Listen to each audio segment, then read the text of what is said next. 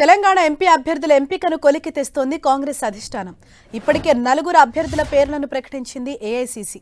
మరో 9 మంది అభ్యర్థులతో రెండో జాబితాను సిద్ధం చేసింది.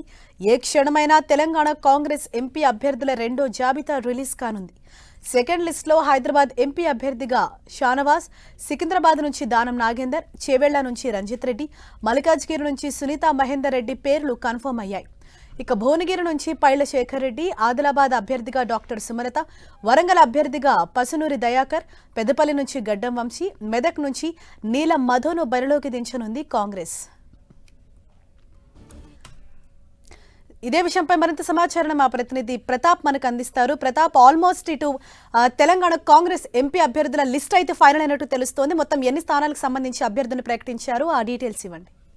ఎస్ హరీష, ఈరోజు కాంగ్రెస్ లోక్సభ అభ్యర్థులకు సంబంధించి కాంగ్రెస్ పార్టీ కొలిక్కి వచ్చినట్టుగా తెలుస్తుంది. ముఖ్యంగా ఈరోజు సాయంత్రం 4 గంటలకు సెంట్రల్ ఎలక్షన్ కమిటీ మీటింగ్ కూడా ఉంది ఢిల్లీలో. ఈ సమావేశానికి సంబంధించి తుది కసరత్తు కూడా పూర్తి చేసి వాటిని రిలీజ్ చేసేందుకు కూడా కసరత్తు చేస్తుంది. అయితే మనకు పార్టీ వర్గాల ద్వారా అందుతున్న సమాచారం ప్రకారం చూసినట్టయితే రెండో జాబితాలో కూడా 9 మందికి 9 స్థానాలకు సంబంధించి కూడా క్లియరెన్స్ సాధించినట్టుగా కూడా పార్టీ వర్గాలు చెప్తున్నాయి. ఆ 9 స్థానాలకు సంబంధించిన వాటిని ఈరోజు సెంట్రల్ ఎలక్షన్ కమిటీలో వాటికి క్లియరెన్స్ చేసి ఈరోజు రాత్రి కానీ లేదంటే రేపు ఉదయం కానీ వీటిని ప్రకటించే అవకాశం ఉంటుంది. అయితే మొత్తం తెలంగాణలో 17 స్థానాలకు సంబంధించి ఇప్పటికే 4 స్థానాలకు అభ్యర్థులను ప్రకటించడం జరిగింది. మరో 9 స్థానాలకు కూడా అభ్యర్థులను ప్రకటించేందుకు కూడా కసరత్తు చేస్తుందని చెప్పుకోవచ్చు. అందులో భాగంగా హైదరాబాద్ లోక్సభ స్థానానికి సంబంధించి కూడా షెహనా తుబ్సుమ్, ఈమె సుప్రీంకోర్టు అడ్వకేట్గా ఉన్నారు.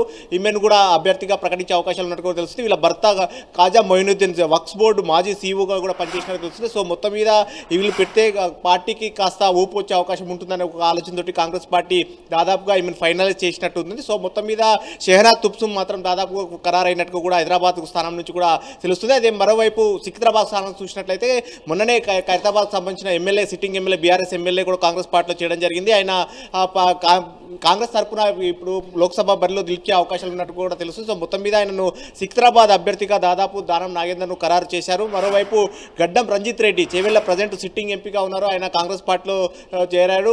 బీఆర్ఎస్కు రిజైన్ చేసి కాంగ్రెస్ పార్టీలో చేరిన గడ్డం రంజిత్ రెడ్డికి ఇక్కడ టికెట్ ఇవ్వాలని చెప్పేసి నిర్ణయించారు. వాస్తవానికి ఇక్కడ వికారాబాద్ జెడ్పీ చైర్పర్సన్గా ఉన్న సునీతా మహేందర్ రెడ్డికి మొదట్లో టికెట్ ఇస్తారని చెప్పేసి ప్రచారం జరిగినప్పటికీ ఆమెను కూడా చేవెళ్ల సభలో కూడా ఎక్స్పోజ్ కూడా చేయడం జరిగింది. సో మొత్తం మీద అక్కడ ఫ్లాష్ సర్వేలో పార్టీ వ్యూహకర్త సునీల్ కొనుగోలు చేసిన ఫ్లాష్ సర్వేలకు సంబంధించి చూసినట్లయితే సునీతా మహేందర్ రెడ్డి కంటే సిట్టింగ్ ఎంపీగా ఉన్న రంజిత్ రెడ్డి అయితేనే గెలిచే ఛాన్సెస్ ఎక్కువగా ఉన్నాయని ఒక సర్వే రిపోర్టు వచ్చిన నేపథ్యంలో రంజిత్ రెడ్డి కూడా పార్టీలో చేరడానికి సుముఖత వ్యక్తం చేయడం, కాంగ్రెస్ పార్టీలోకి రావడంతో ఆయన అభ్యర్థితను దాదాపుగా ఖరారు చేశారు. సో మొత్తం మీద చెవెళ్ళ నుంచి కూడా రంజిత్ రెడ్డి బరిలో దిగడం దాదాపు ఖాయమైనట్టు కూడా తెలుస్తుంది. మొత్తం సునీత మహేందర్ రెడ్డిని చెవెళ్ళ నుంచి అనుకున్న సునీత మహేందర్ రెడ్డిని మల్కాజ్గిరి నుంచి బరిలో దింపాలని చెప్పేసి భావించారు. వాస్తవానికి మల్కాజ్గిరి సీట్కి సంబంధించి కూడా కానీ కొన్ని ట్విస్టులు అయితే చోటు చేసుకున్నాయని చెప్పుకోవచ్చు. ముఖ్యంగా ఇక్కడ మర్రి జనార్దన్ రెడ్డి, నార్కర్నూలు మాజీ ఎమ్మెల్యే మర్రి జనార్దన్ రెడ్డి బరిలో దింపుతారని చెప్పేసి మొదట్లో చర్చ జరిగింది. కాంగ్రెస్ పార్టీలో విస్తృతంగా ప్రచారం జరిగినప్పటికీ కొన్ని అనివార్య కారణాల వల్ల ఆయనను పార్టీలోకి తీసుకోకుండా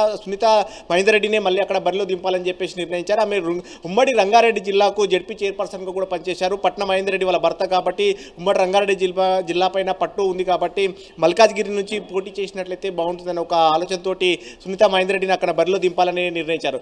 ఇక భువనగిరి సీటుకి సంబంధించి చాలా ఈక్వేషన్స్ చాలా టిపికల్గా ఉన్నాయని చెప్పుకోవచ్చు. చాలామంది నేతలంతా పోటీగా ఉన్నారు.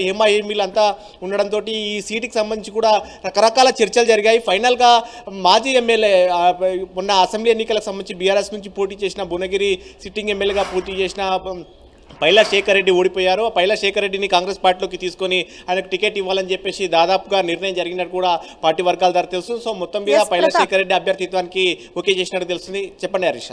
ప్రతాప్, అంటే ఈ లోక్సభ అభ్యర్థుల విషయానికి వస్తే అంటే కాంగ్రెస్ పార్టీకి కొత్తగా వచ్చిన వాళ్ళతో పాటు ఆల్రెడీ పార్టీలో ఉన్న వాళ్ళు కూడా చాలా ఎక్స్పెక్ట్ చేశారు. అయితే ఈ లిస్ట్లో కొత్త వాళ్ళు ఎంతమందికి అవకాశం కల్పించారు?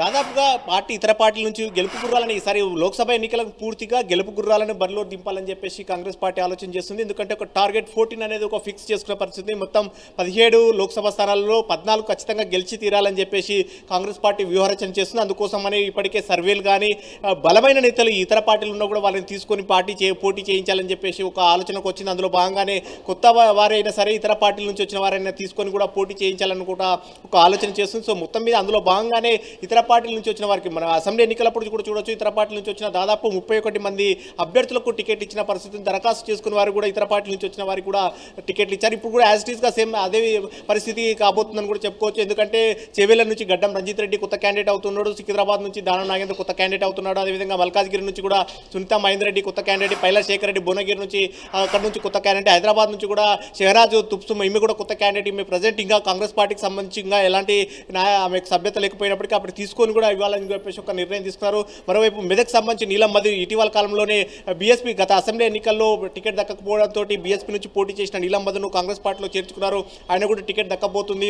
అదేవిధంగా ఆదిలాబాద్ సంబంధించి కొత్త ప్రొఫెసర్ పిహెచ్డి చేసిన వ్యక్తి ఉన్నారు. అక్కడ అందుకని ఆదివాసీలో మంచి గుర్తింపు ఉన్న నేపథ్యంలో ఆమెను కూడా తీసుకొని పార్టీలోకి తీసుకొని టికెట్ ఇవ్వాలని కూడా ఆలోచన చేస్తున్నారు. మరోవైపు వరంగల్కి సంబంధించి చూసినట్లయితే పసునూరి దయాకర్ మొన్నటి వరకు సిట్టింగ్ ఎంపీగా ఉన్నారు, అతన్ని కాంగ్రెస్ పార్టీలోకి చేర్చుకున్నారు, అతనికే టికెట్ దక్కపోతుంది.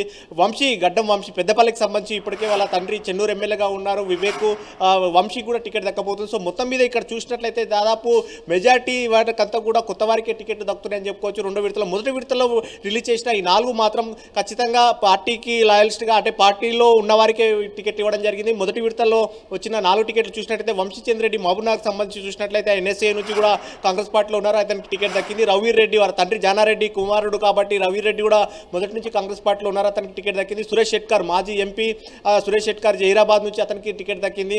మరోవైపు మహబూబాబాద్ నుంచి బలరాం నాయక్ మాజీ కేంద్ర మంత్రి బలరాం నాయక్ కూడా మొదటి విడత జాబితాలో టికెట్ దక్కిన 4 కూడా పార్టీలో మొదటి నుంచి ఉన్న వారికి టికెట్ దక్కాయి. కానీ ఇప్పుడు దక్కపోయే 9 మంది చూసినట్లయితే అంతా కూడా కొత్త వారు, ఇతర పార్టీల నుంచి వచ్చిన వారికి ఎక్కువగా మెజార్టీగా ఉన్నారు. వీరందరూ కూడా గెలుపు గుర్రాలను దృష్టిలో పెట్టుకుని టికెట్లు ఇవ్వాలని చూస్తున్నారు. ఫ్లాష్ సర్వేలు కూడా పార్టీ వ్యూహకర్త సునీల్ కనుగోలు ఫ్లాష్ సర్వేలు కూడా చేశారు. ఎవరైతే గెలిచే అవకాశాలు ఉంటే వారికి టికెట్ ఇవ్వాలని చెప్పేసి ఒక ఆలోచన కూడా చేస్తుంది. ఇప్పుడు కాంగ్రెస్ పార్టీకి ఇక్కడ గెలుపు అనేది చాలా ఇంపార్టెంట్గా తీసుకొచ్చింది అని చెప్పుకోవచ్చు. ముఖ్యంగా తెలంగాణలో కాంగ్రెస్ పార్టీ అధికారంలో ఉంది కాబట్టి కనుక ఇక్కడ సీట్ల సంఖ్య ఏమాత్రం తగ్గినా కూడా ప్రభుత్వం పైన కూడా ఎఫెక్ట్ పడే అవకాశం ఉంటుంది. ఎందుకంటే బోటాబోటీ మెజార్టీ తోటి 64 మంది ఎమ్మెల్యేలు ఉన్నారు కాబట్టి ఆ ఎఫెక్ట్ అనేది మళ్ళీ ప్రభుత్వం పైన పడే అవకాశం ఉంటుందని ఒక ఆలోచన కూడా చేస్తుంది. మరోవైపు సీఎం రేవంత్ రెడ్డి కూడా తమ పాలనకు 100 రోజుల పాలనకు రెఫరెండంగా మేము ఈ ఎన్నికలను భావిస్తామని కూడా ఒక ఛాలెంజింగ్గా తీసుకున్నారు. కాబట్టి మెజార్టీ సీట్లు గెలపాలని చెప్పేసి ఒక ఆలోచనతోటి కాంగ్రెస్ పార్టీ వ్యూహరచన చేస్తుంది. అందులో భాగంగానే ఇతర పార్టీలు ఉన్నప్పటికీ కూడా బలమైన నేతలందరూ కూడా పార్టీలోకి తీసుకొని వారికి అందరికీ ఇవ్వాలని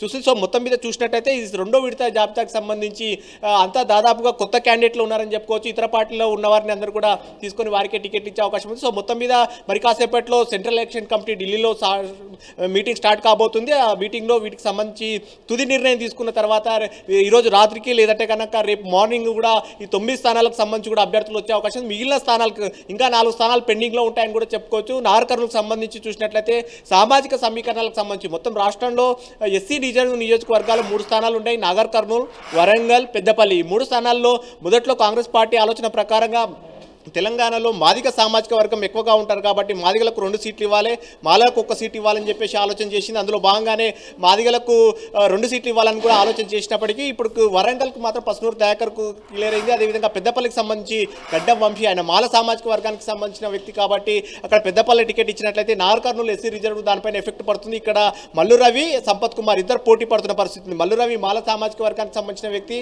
సంపత్ కుమార్ మాదిగ సామాజిక వర్గానికి సంబంధించిన కాబట్టి ఈ పెండింగ్ ఉంటున్నారు. మరోవైపు ఖమ్మం సీటుకు సంబంధించి కూడా చాలా ఇంపార్టెంట్గా ఉందని చెప్పుకోవచ్చు. ఇద్దరు మంత్రులు కూడా బట్టి విక్రమార్క తన భార్య కావాలి, నందిని కావాలని అడుగుతున్నారు. పొంగులేటి శ్రీనివాస్ రెడ్డి అతని సోదరుడు ప్రసాద్ రెడ్డి కావాలంటున్నారు. సో మొత్తం మీద దాన్ని కూడా పెండింగ్లో పెడుతున్న పరిస్థితి ఉంది. అదిలా ముఖ్యంగా ఈ నిజామాబాదు అదేవిధంగా కరీంనగర్ ఈ 2 కూడా సామాజిక సమీకరణాల దృష్టిలో పెట్టుకుని కూడా వాటిని కూడా కాస్త పెండింగ్లో పెట్టినట్టు తెలుస్తుంది. నిజామాబాద్కి సంబంధించి కనుక ఒకవేళ గత ఎన్నికల్లో పోటీ చేసి ఓడిపోయిన వారికి కూడా ఏం కాదనుకుంటే కనుక జీవన్ రెడ్డి కూడా లైన్ క్లియర్ అయ్యి అతని పేరు కూడా వచ్చే అవకాశం ఉంటుంది. సో మొత్తం మీద ఈ అంశాలకు సంబంధించి ఈ 4 సీట్లు తప్ప మిగతా 9 సీట్లు కూడా వచ్చే అవకాశాలు ఉన్నట్టు కూడా కాంగ్రెస్ పార్టీ వర్గాల ద్వారా తెలుస్తుంది. ఒకవేళ వీటిలలో కూడా ఏమైనా క్లియరెన్స్ వచ్చినట్లయితే కనుక నిజామాబాద్కి సంబంధించి జీవన్ రెడ్డి కానీ, కరీంనగర్కి సంబంధించి కనుక ప్రవీణ్ రెడ్డి కానీ లేదంటే కనుక రామచంద్రరావు ఉన్నారు, వెల్చాల రామచంద్రరావు, వీళ్ళిద్దరిలో ఎవరికి వచ్చే అవకాశాలు ఉన్నట్టు కూడా పార్టీలో ఒక చర్చ జరుగుతుంది. సో మొత్తం మీద చూసినట్లయితే కనుక దాదాపు మెజార్టీ సీట్లను కూడా అనౌన్స్ చేయడానికే కాంగ్రెస్ పార్టీ కసరత్తు చేస్తుందని చెప్పొచ్చు. హరీష.